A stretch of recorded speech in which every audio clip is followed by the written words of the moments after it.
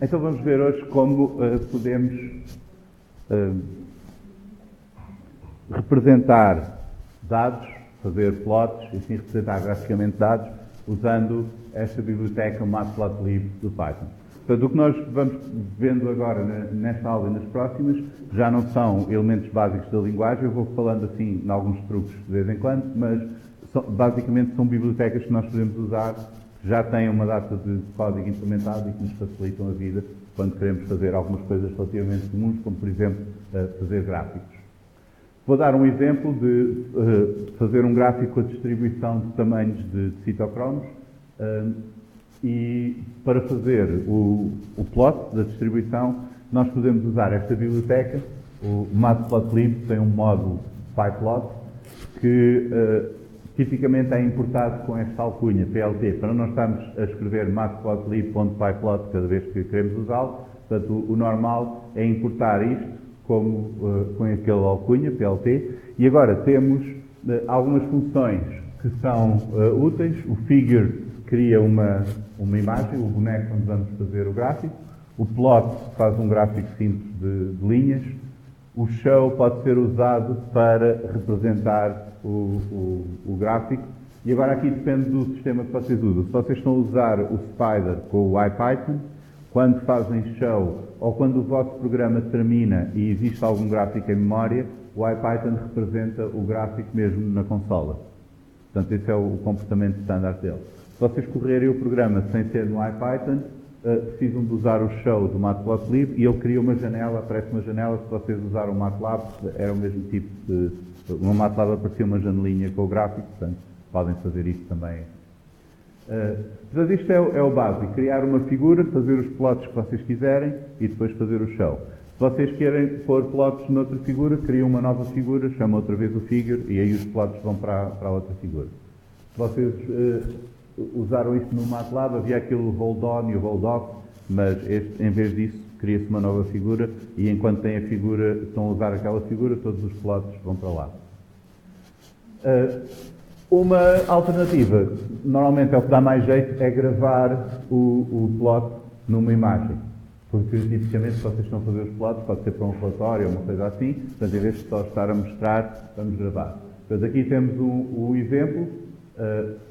Já agora, para explicar como eu faço esta curva sinusoidal aqui, este linspace do NumPy permite-nos, devolve-nos um vetor entre os extremos que nós damos, portanto, damos o mínimo e o máximo, e o número de pontos que queremos. E dá-nos um vetor de valores uniformemente distribuídos entre o mínimo e o máximo.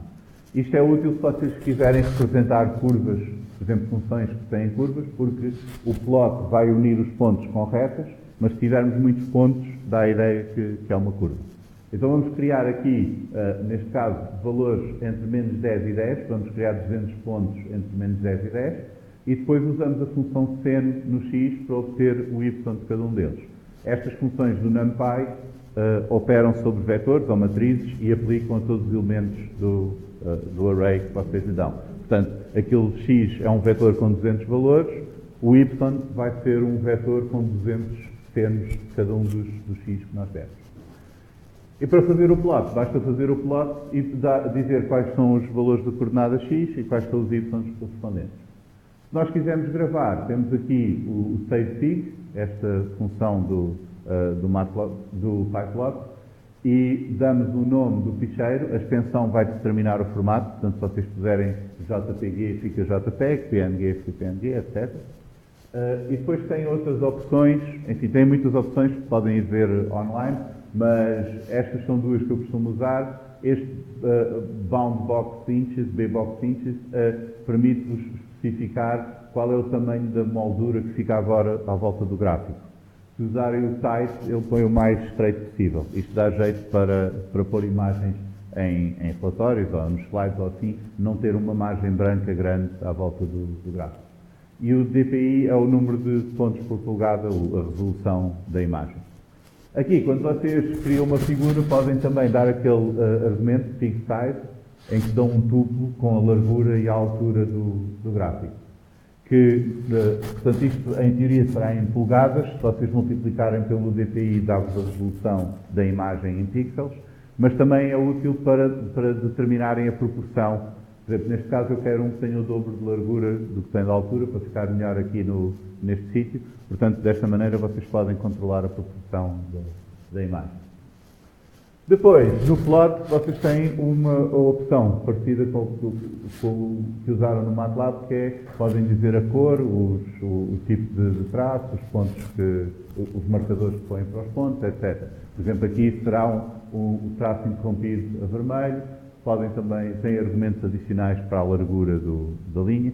Enfim, há aqui muitos argumentos opcionais que vocês podem incluir e que podem ver na documentação ou online, mas vocês conseguem controlar bastante bem o esquema, a forma como fica representado o gráfico. Então vamos ver um exemplo prático para isto. Vocês, de qualquer forma, a maneira mais fácil de usar isto é quando vocês vão fazer um gráfico, vão ao Google e veem quais são as opções e assim, porque é difícil estar a memorizar isto tudo, mas é relativamente fácil de encontrar exemplos para o que vocês querem fazer. Então vamos ver um exemplo prático, que é ir ao Protein Data Bank, ver quais são os citocromos que estão lá. Portanto, fiz a pesquisa aqui por cytochrome e descarreguei só as sequências de todos os citocromos que estavam lá. Portanto, vem um ficheiro FASTA, tem este formato, sinal de maior, o identificador da sequência, depois tem várias linhas para a sequência, outro sinal de maior, outra sequência, etc. E este ficheiro tem 12.000 sequências aqui. E eu agora quero ver a distribuição dos tamanhos destas cadeias todas. Portanto, tudo o que veio como citocromo. Para isso, vou carregar todas as sequências para um dicionário. Nós já fizemos isto algumas vezes, mas foi com aquele formato muito simplificado, em que tinha só o identificador, 2 pontos, a sequência, uma por linha, era fácil de processar. O FASTA é um bocadinho mais complicado porque tem umas linhas com o identificador e depois tem outras que têm a sequência. E nós temos de ir vendo o que é o identificador, o que é a sequência. Mas isso também é fácil de fazer. Vamos ler as linhas todas, portanto, isto vocês já sabem, abrir o ficheiro, ler as linhas todas. Esta função recebe o nome do ficheiro com o formato FASTA e vai devolver o dicionário com as sequências.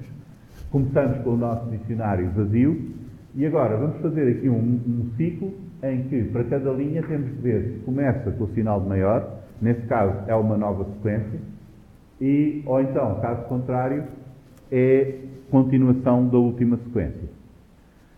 Porque se nós temos aqui, por exemplo, esta começa no sinal de maior, é um identificador de uma nova sequência, mas depois aqui, por exemplo, temos 4 linhas para a mesma sequência.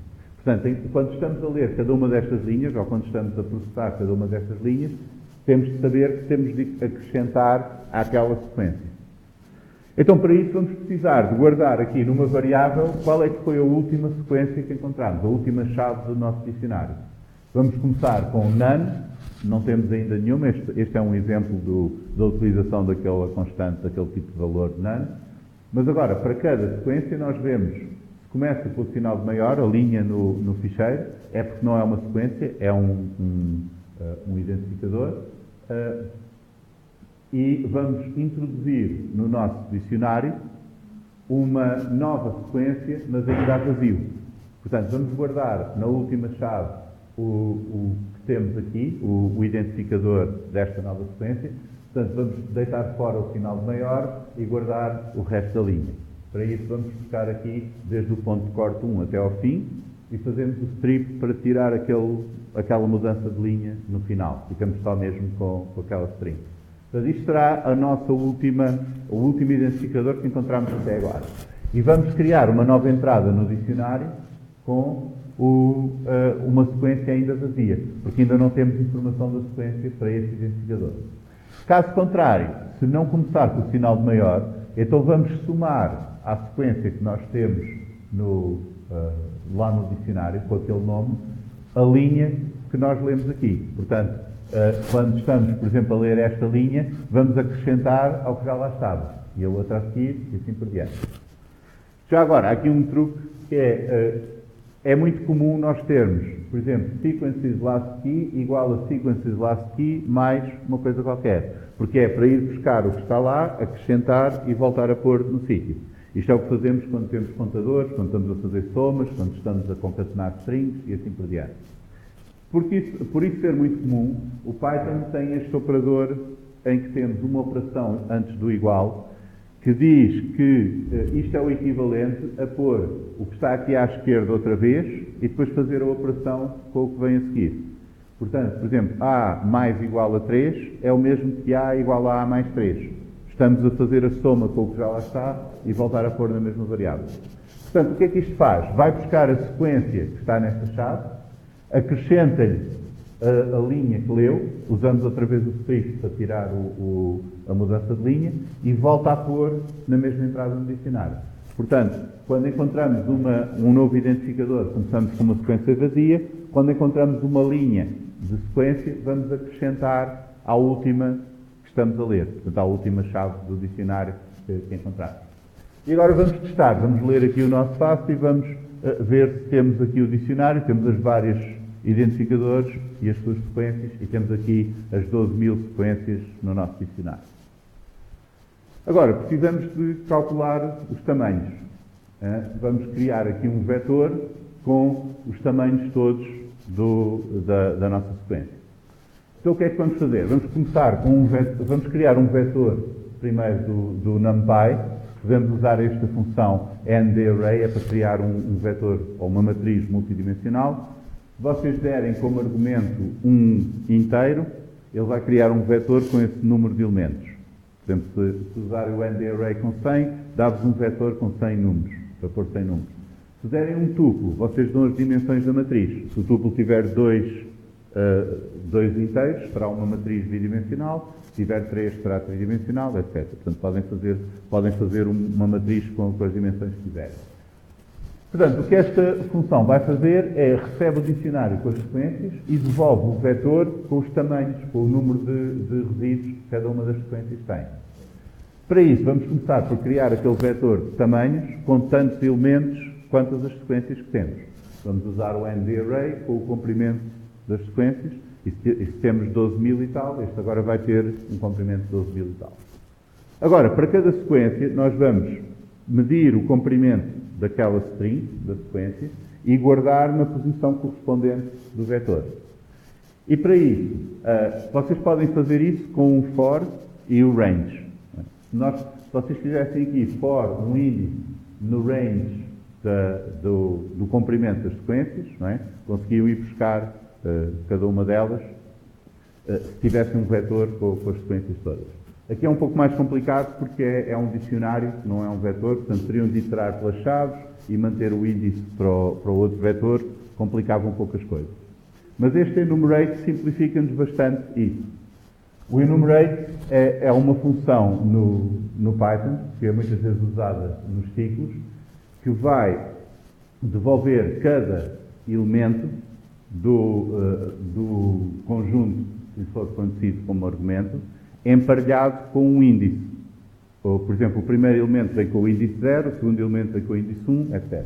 Por exemplo, se nós fizermos aqui for P in enumerate neste conjunto, ABC, este P vai ter a cada iteração um tuplo que vai ter o índice do elemento e o seu valor, que é devolvido ali. Portanto, vamos obter sempre estes tuplos, estes pares, em que sabemos qual é a posição do elemento, aqui na ordem da iteração, e qual é o valor do elemento que está lá. Podemos pedir logo ao Python para desempacotar esse tuplo, que tem sempre duas coisas, o índice e o valor, em índice e elemento. E então, cada vez que o enumerate dá um destes tuplos, a cada iteração do ciclo, nós temos o índice no i e o elemento no e. É isso que vamos fazer aqui. As sequências são um dicionário. Quando percorremos as sequências num ciclo, vai-nos dar as chaves do dicionário por ordem. Mas por ordem que o dicionário lá sabe. Nós não sabemos qual é a ordem que aquilo vai sair.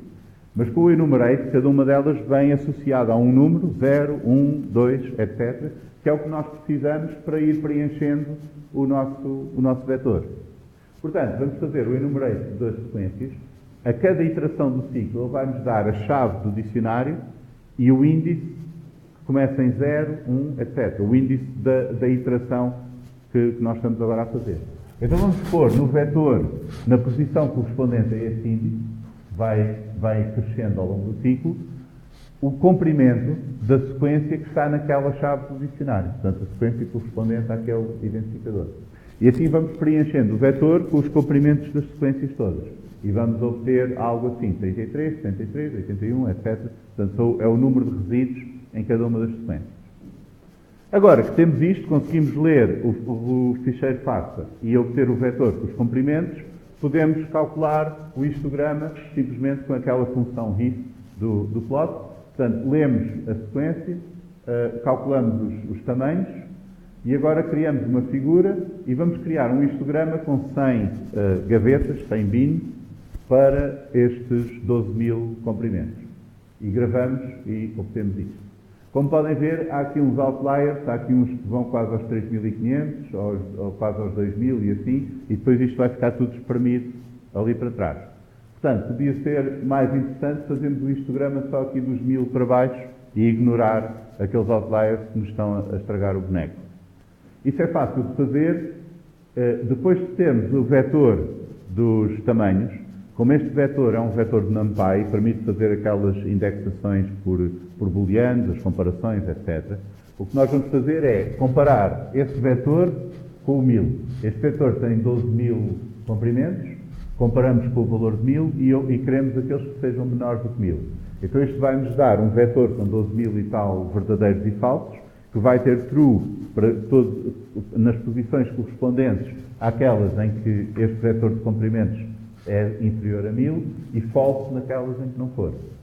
Se nós usarmos este vetor de verdadeiros e falsos para indexar o dos comprimentos, nós vamos obter só aqueles elementos para os quais isto é verdadeiro. Portanto, esta é uma forma bastante fácil de selecionar de um conjunto de valores aqueles que nos interessam. Portanto, vamos deitar fora e como guardamos isto outra vez no seed size, deitamos fora todos aqueles que eram 1000 ou mais comprimentos. Ficamos só com os que são inferiores a 1000. E agora fazemos outra vez o histograma e já nos dá uma coisa mais distribuída. Então agora vamos complicar um bocadinho, porque um problema do histograma é que é muito sensível ao número de gavetas que vocês criam. Por exemplo, este será o histograma com 38 e este é com 39. E estão a ver que há aqui partes que mudam bastante, não é? Este agora cresceu imenso, aqui é mais pequeno, aqui também muda bastante de forma, só porque mudámos no número de gavetas, de divisões que estamos ali a criar. Para evitar isto, há uma forma melhor de representar estas distribuições, que é usando uma função contínua. Este é o Kernel Density Estimation, em que, em vez de atribuirmos cada ponto a uma gaveta e calcularmos o número de pontos por gaveta, vamos, para cada ponto, somar uma função contínua, que é simétrica e tem área 1. Pode ser um triângulo, pode ser uma gaussiana, uma parte do cosseno, uma coisa assim, tanto faz, mas é uma função contínua e que tem área 1, portanto, cada ponto soma apenas um valor de 1 na área total do gráfico. E, como estamos a somar a função contínua, vamos obter um resultado mais suave no fim, que não vai ser tão dependente, não vai ser assim dependente das gavetas que estamos a criar. Então vamos fazer um Kernel Density Estimation com uma gaussiana. Esta é a expressão da gaussiana, portanto, é elevado a menos o meio da diferença entre o x e a média da gaussiana dividido pelo desvio padrão ao quadrado.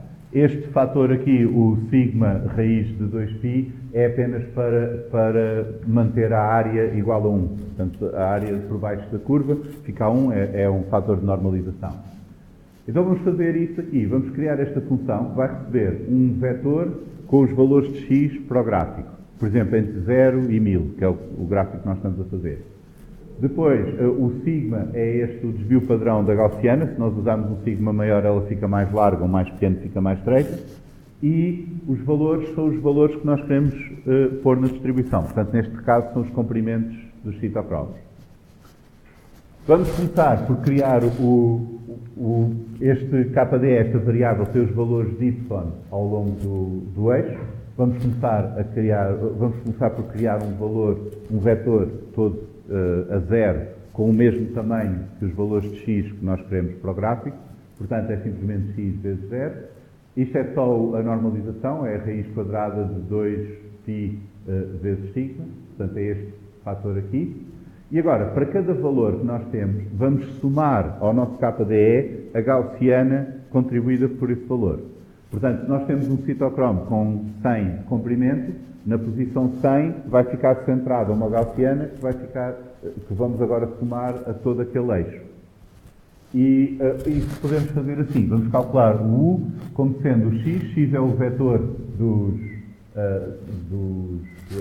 eixos do x, onde vamos desenhar o gráfico, menos o v. Portanto, é o equivalente a isto. É o ponto menos a média da gaussiana. A média da gaussiana é o comprimento daquele citocromo, portanto, o valor que nós estamos a considerar. Dividimos isto por sigma, agora fazemos isto ao quadrado multiplicado por menos 1/2, dividimos por este valor da normalização e vamos somar isto ao KDE. Portanto, para cada valor, para cada comprimento de citocromo, obtemos uma curva e somamos a todo aquele conjunto de valores para o gráfico. No fim, vamos obter uma coisa deste género. Portanto, isto fica assim porque nós temos aqui, se vocês virem no histograma, não é? Há muitos citocromos com este comprimento e então nós estamos a somar aqui muitas gaussianas e isto começa a ficar mais crescido. Aqui há menos, começa a ficar mais baixo. E isto é o que acontece se usarmos gaussianas com 10 de desvio padrão. Portanto, isto vai de 0 a 900 aqui e nós estamos a calcular as somas daquelas gaussianas todas com 10 de desvio padrão. Se nós quisermos suavizar um pouco o gráfico, podemos aumentar, por exemplo, para 20 ou 30. Quanto mais largas ficam, mais suave vai ficar isto, porque nós estamos agora a somar gaussianas mais largas para todos aqueles valores. Portanto, basicamente, o que estamos a fazer aqui é, em vez de simplesmente dividir isto em várias gavetas e contar quantos é que calham em cada gaveta, para cada valor aqui em baixo, para cada comprimento do citocromo, nós estamos a somar uma curva gaussiana e estamos a representar depois o somatório dessas coisas todas. Então, o resultado fica bastante mais suave e não tão sensível a alterações nos parâmetros. Não é? Nós podemos alterar aqui aquele parâmetro, mas ele vai alterando de uma forma mais contínua. Agora, porquê é que eu estou a mostrar isto? É que isto é extremamente fácil de fazer, este tipo de coisas com um pouco de programação, e vocês precisam aqui de 7 ou 8 linhas de código, e dá-vos depois uma possibilidade de representar estas distribuições de uma forma muito mais inteligível, muito mais fácil de perceber, do que, por exemplo, com histogramas, ou assim, que depois de andarem a ajustar o número de gavetas e tal, pode ser bastante mais complicado. Portanto, resumindo, o Matplotlib tem muito mais coisas do que isto. Isto foi só uma pequena demonstração, mas vocês depois podem ver online. Mas, basicamente, vocês têm a possibilidade para fazer muitos tipos de gráficos, gravar as imagens e assim, é bastante prático de usar.